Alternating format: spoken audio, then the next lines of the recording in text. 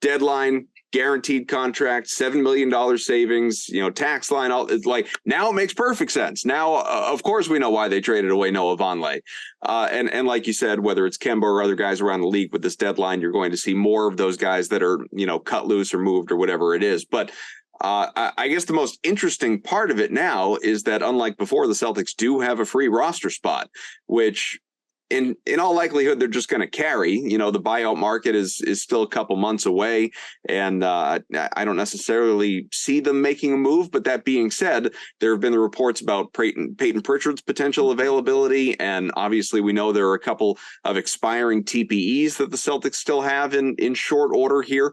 As you connect all of these dots, do you see a potential move coming for Boston where there's a guy coming in, not going out? So immediately no. And I love, because, Twitter immediately says, oh, they got an open roster spot. Where's Carmelo Anthony? And, I kind of slap my head and say, yeah. I get it. People love the idea of what could be, but they already got Blake Griffin. And so if you needed your time machine, there you go. He's on the roster. What it means is that Gallo's about to play. Yeah. And that's funny too, because now he's running. I actually think that's a good segue, because so I've always thought there's two paths to the Celtics sort of adding one more piece to this roster.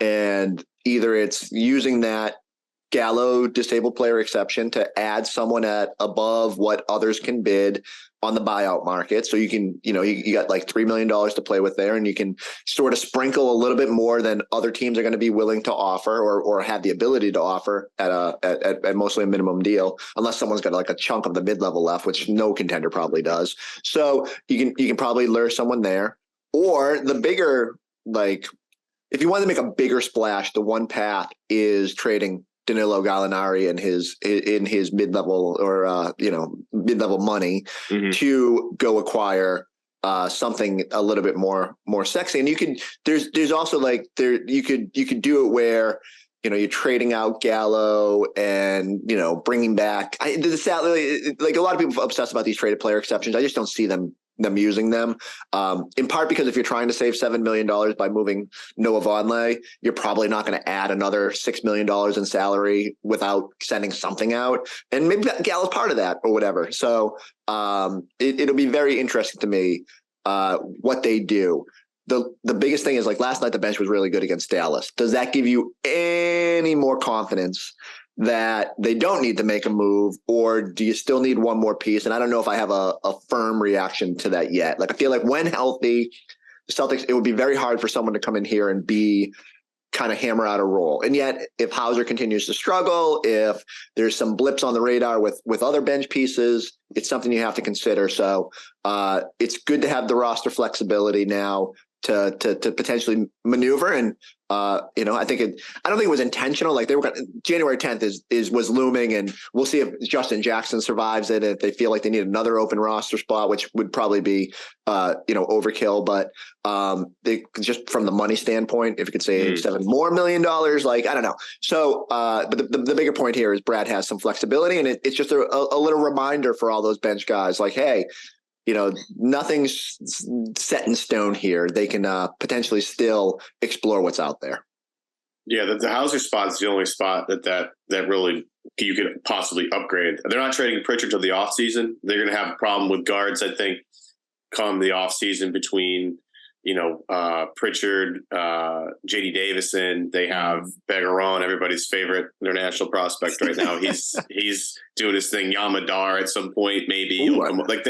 They have. I forgot about Yam. Love the Yamadar's out there. He's out there. So there's Pritchard's not going anywhere because between Malcolm and Smart. I'm not trying to say Smart's injury prone, but Smart does throw his body around a lot, and it just you never know.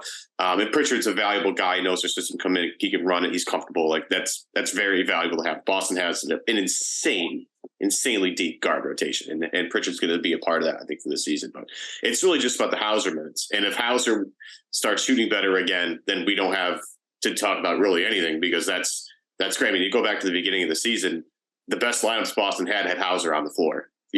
So I know that's small sample size theater, but he can make a huge impact when he's shooting the ball well. He's just not shooting the ball well right now. And hopefully at some point he can get back into some good rhythm here. But that's the only spot you can really upgrade. Using Gallo's salary is very interesting. But this is what I always want to ask people. Like, Evan, from a human perspective, you bring this guy in, like he's invested in Boston. He's been on like a bunch of road trips. Yeah, and like always looks good on the sideline too. Dresses up very well. The family grew up rooting for Larry Bird, for Christ's sake. Evan, has he been to your suit shop to get some of those fresh cuts? If I could dress Gallo, that would be a real big thing for me. That'd be like an accomplishment. I would probably die. Plenty. Yeah, it'd be a real big accomplishment for me. But again, as the resident Italian on that team, I'm very attached to Gallo. I love it. So it's fascinating to me. And Kaufman, you can chime in too, like as I take over your podcast. But I am worried. Like I do think Brad has maybe a little bit more, not sentimentality, but like he has a little bit more human emotion than maybe most GMs do in that spot. So does he have to be sort of cutthroat and be like, we need one more piece? And Gallo's the only really tradable contract, and it doesn't disrupt the immediate chemistry. Do you pull the trigger on that deal if there's something that materializes, or do you look at this and say, we invested in this guy. He's out here Instagramming every friggin' run he does up and down the court, and like does that change the calculus at all? Because I think I probably lean more towards the former than the latter. I think like you just got to be, hey, goal here is to win a championship. If there's the right deal out there, you make the move. And I think Brad, understands that at the end of the day. But it's just a weird situation when you're somewhat invested in the guy. So I love that you brought this up because, as Evan knows, our text chain in and around the Celtics, our buddy Landman, who comes on from time to time, he's part of our fantasy league. He has been like, if he's out there listening to this show, and he's basically the Steve Carell office meme where he goes, "Thank you," because he has been talking for months about trading away Danilo Gallinari. You've got this salary, get rid of it. Not for the sake of doing it, but like this is a trade chip, as you're talking about. And, I will always respond with the human element. And, how does Brad feel about everything you just outlined? And, one thing we were kind of talking about just a couple days ago was, someone, I don't remember who it was, but somebody had suggested like it's, that whole conversation we had around when IT was traded with the knee and the supposed reaction of Anthony Davis's father when the C's wanted to, in theory, bring him in. Like, what is it? Does Boston turn into a place that players don't want to go because of a lack of human emotion? Guy hasn't played a game for you yet, tears his ACL in the offseason. All of a sudden you move him before he even wears the uniform. How does that make you look? And the way that I respond to that is I don't think it makes a big difference, because if the Celtics, the IT thing was way worse. I mean, that guy gave up everything for you, not intentionally, but he did. He gave up everything for you, and you survived that just fine in terms of still being, an attractive destination and landing spot. So Danilo Gallinari is not going to be a ripple on that river. So I don't worry about that type of thing at all. But in terms of like you're talking about Brad looking at it, just him personally and saying, man, like I'd really like to see this. Like he's and I am certainly a sucker for I know it may have sounded like a joke earlier, but I am definitely a sucker for the, man, he grew up rooting for Larry Bird and his dad's favorite team was the Celtics. And like, let's see him. I want to see him in the uniform. But there's no underestimating the fact that Hauser stepped into that role, has arguably done it better at a significantly reduced rate. And I enjoyed Evan's reaction to that positive. He did it better for a month. Well, I mean, look, but I don't think all of a sudden like the whole Hauser-Matic thing is dead. Like Sam Hauser is going to be fine. I do believe that. So just rookie year, basically. So exactly, I think we're being too hard on the guy. Right. So the whole like, long-winded way of putting it, I guess, is, as you said, Chris, I think if the right deal were on the table, Brad would have to react. He'd have to do it. But I do not think that he is soliciting it. I don't think that when he is looking around at upgrades for this team, he is actively saying, where can we use the Gallo contract to upgrade? So maybe I'm wrong about that. Now I'm going to go fully cutthroat. And, after I talked about sentimentality, if the dude wanted to play for the Celtics so badly, then don't play in FIBA and be healthy. So, or come 3 years ago when they pursued you. Right. And so ultimately, if Brad thinks there's a move out there to better this team, I hope that sentimentality does not factor too heavily into it.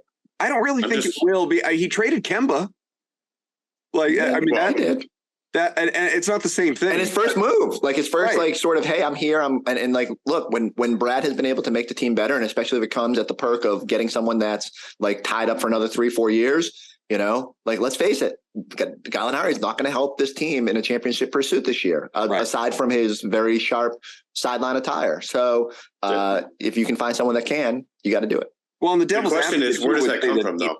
Even if he were fully healthy, might not help you in a championship pursuit, because he's, you know, when the rotation tightens, he probably wouldn't have been part of it anyway. Yeah.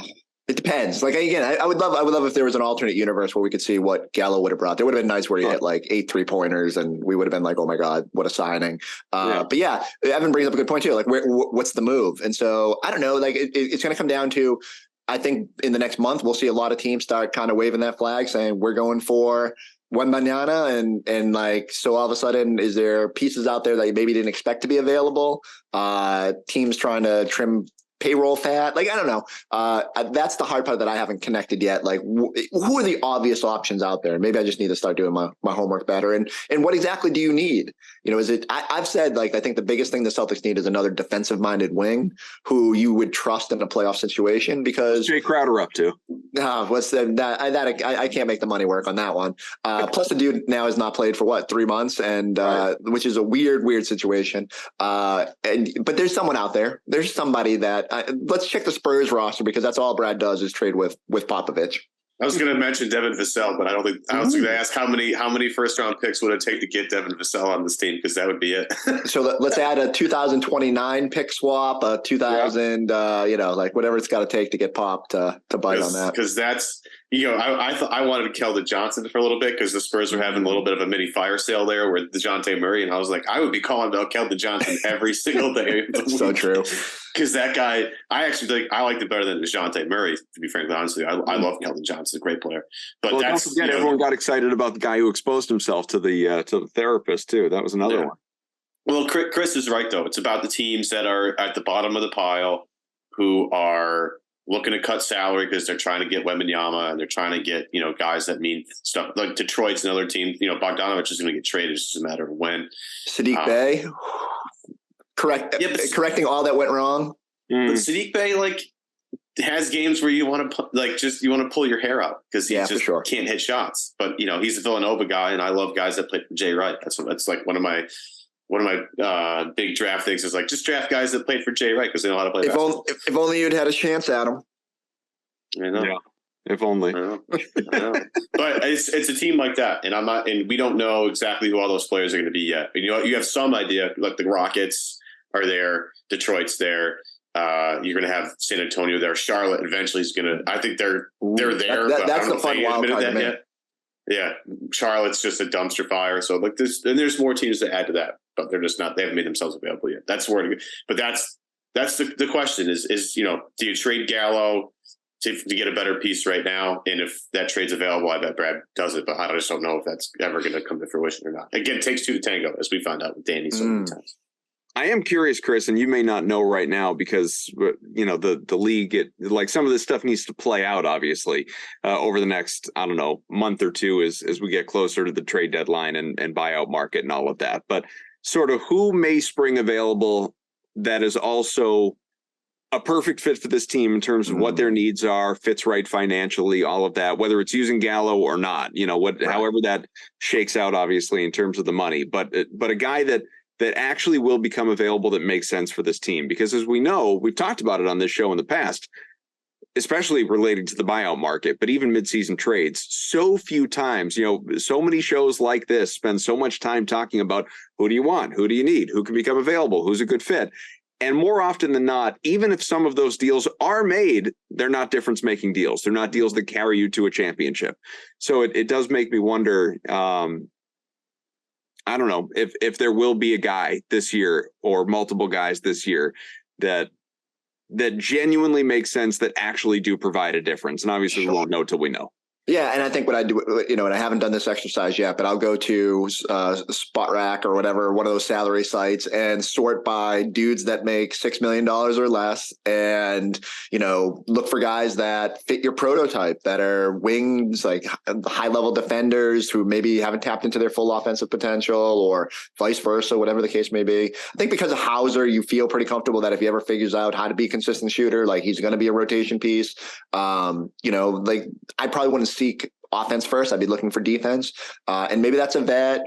But the bigger story is very rarely do trade deadline or buyout moves swing the entire the complexion of the postseason. I mean, everyone goes back and says like, oh, PJ Brown, Sam Cassell, Celtics, that that helped. That's the last time. That's literally that's the point. 15 years ago, it's been an eternity since someone found someone off the scrap heap that has really impacted the playoffs. And so it's nice to think about and all that. But I guess if I'm Brad Stevens, I'm a lot more concerned about, okay, how do we not have our entire bench slump for a month? And how do we make the Jays even better and get Jason Tatum to start actually making 3-point shots at something closer to his career level than the 34% he's shooting now. And so for us, it's fun to obsess about, and I'm sure I'll get a lot of cheap clicks off of the people that we throw out there. So